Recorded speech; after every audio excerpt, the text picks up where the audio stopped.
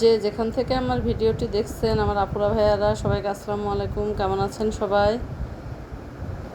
আজকে আমার helping hand আসে নাই, এজন্য পেঁয়াজ চপারে চপ করে নিচ্ছি। একটু বেশি কুচি কুচি হয়ে গিয়েছে, তারপরেও রান্না করা যাবে। প্রেসার কুকারে তেল দিয়ে দিলাম, পেঁয়াজ কুচি দিয়ে দিলাম, দিয়ে একটু নাড়াচাড়া করে নেব। আজকে কাটোয়া ডাঁটা রান্না করব, গরুর গোশ ভাজি করব, আর কাঁকরোল ভাজি চিংড়ি মাছ দিয়ে করব।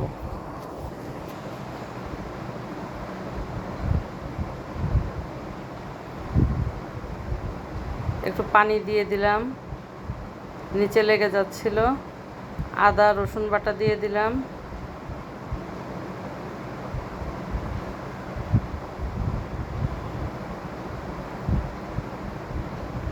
হলুদ দিলাম, জিরা ধনিয়ার গুঁড়া দিলাম, লবণ, অল্প একটু শুকনো মরিচের গুঁড়া, একটু কষিয়ে নেব ভালো করে। একটু সরিষা গুঁড়াও দিয়ে দিলাম। এবার কাটোয়া ডাঁটাগুলা দিয়ে দিচ্ছি, দিয়ে একটু নাড়াচাড়া করে এর মধ্যে মসুরের ডাল দিয়ে দেব। সেদিন রান্না করছিলাম, সবার খুব ভালো লাগছে, এই জন্য আজকেও আবার রান্না করতে বললো, এই জন্য আজকেও আবার রান্না করছি।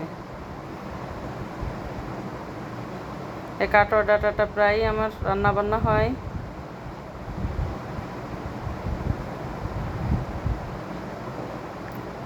এবার মসুরির ডাল দিয়ে দিলাম,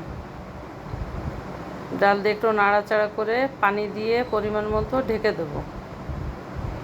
কয়েকটা কাঁচামরিচ ফালি দিয়ে দিলাম। আমার ভিডিওটি যদি আপনাদের ভালো লেগে থাকে, যারা নতুন আমার চ্যানেলে, প্লিজ প্লিজ সাবস্ক্রাইব করে দেবেন, একটি লাইক দিয়ে যাবেন, আর কমেন্ট করে জানাবেন আমার রান্না আপনাদের কেমন লাগে। আর যারা অলরেডি সাবস্ক্রাইব করছেন তাদেরকে অসংখ্য ধন্যবাদ আমার সাথে থাকার জন্য। এবার একটা কড়াইতে রসুন দিয়ে দিলাম, পেঁয়াজ কুচি দিয়ে দেব, দিয়ে ডালটা আর ডাঁটাটা এর মধ্যে দিয়ে দেব।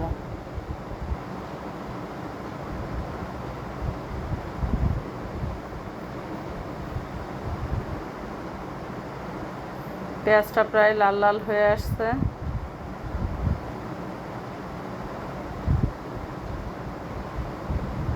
এবার ডালটা আর ডাঁটাটা ঢেলে দিলাম।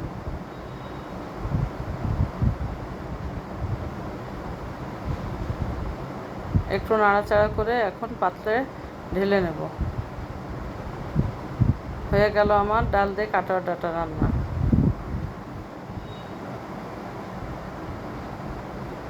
একটা কড়াইতে তেল দিয়ে দিলাম, কয়েকটা চিংড়ি মাছ দিয়ে দিলাম, পেঁয়াজ কুচি দিয়ে দেবো, কাঁচামরিচ দিয়ে দেবো, দিয়ে একটু লবণ হলুদ দিয়ে একটু নাড়াচাড়া করে এর মধ্যে কাঁকরোলগুলো ঢেলে দেবো।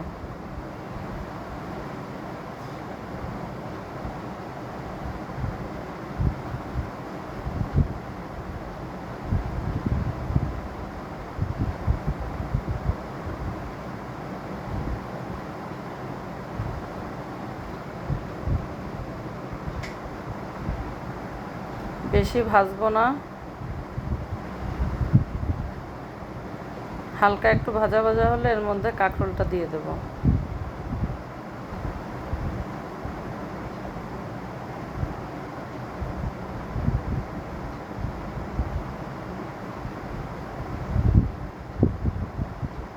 কাঁকরোলটা কুচি কুচি করে কেটে রাখছিল,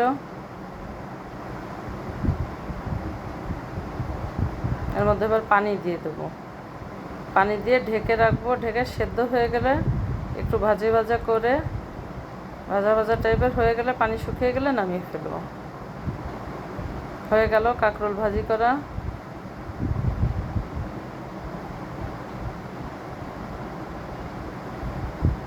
এখন কড়াইতে পেঁয়াজ দিয়ে দিলাম, কাঁচামরিচ দিয়ে দিলাম, দিয়ে একটু নাড়াচাড়া করে নেব। অল্প একটু লবণ দেবো এর মধ্যে, মাংসে লবণ দেওয়াই আছে, এজন্য বেশি লবণ দিলাম না।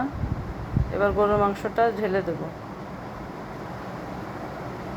গরুর মাংস যেদিন রান্না করছিলাম মাংসের মধ্যে আস্ত আস্ত রসুন দিছিলাম।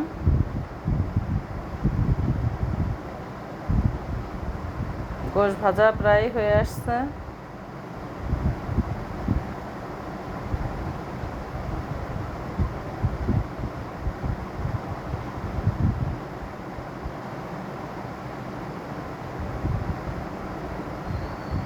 গোশটা একটু নরম নরম টাইপের ভাজি করব, বেশি খড়খড়া টাইপের করব না।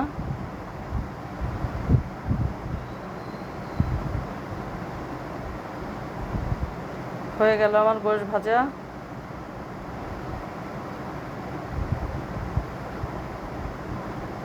সবাই ভালো থাকবেন, দোয়া করবেন। আল্লাহ হাফেজ।